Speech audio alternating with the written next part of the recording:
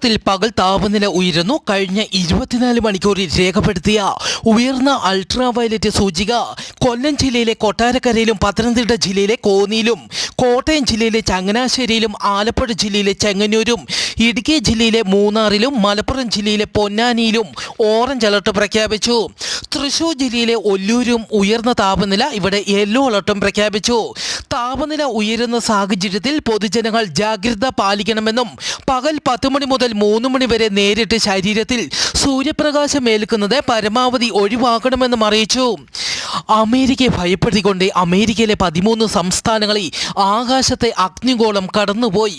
Alabama, Georgia, Illinois, Michigan, Missouri, North Carolina, Ohio, Pennsylvania, Tennessee, Virginia, Indiana തുടങ്ങിയ നിരവധി സ്ഥലങ്ങളിൽ ഉൽക്കകൾ കാണപ്പെട്ടു.